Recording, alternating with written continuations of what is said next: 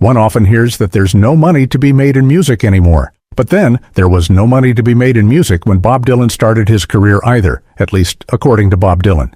If you could just support yourself, you were doing good, he says in an interview. There wasn't this big billion-dollar industry that it is today, and people do go into it just to make money. He appears to have made that remark in the late 1980s, to judge by his Hearts of Fire look, by which time both the industry and nature of popular music had evolved into very different beasts than they were in the early 60s, when he made his recording debut. Machines are making most of the music now, Dylan adds. Have you noticed that all songs sound the same? It's a complaint people had 4 decades ago, thinking of synthesizers and sequencers, and it's one they have today, with streaming algorithms and artificial intelligence engines in mind.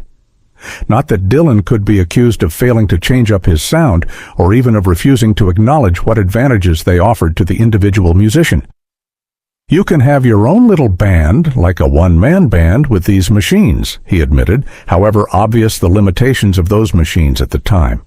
But he understood that this new convenience, like that introduced by so many other technological developments, came at a cultural price. Even in the 70s, recording was becoming perilously easy. In the 60s, no matter if you were the Beatles, the Rolling Stones, or indeed Bob Dylan, you played around, you paid enough dues to make a record.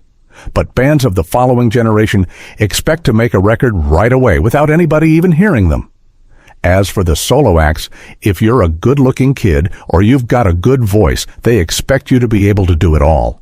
But if you don't have experience to go with it, you're just going to be disposable, a mere instrument of producers who took authorial charge over the records they oversaw. All these decades later, when it's become easier than ever to find any kind of music we could possibly want, nobody must be less surprised than Bob Dylan to hear so much mediocrity going on.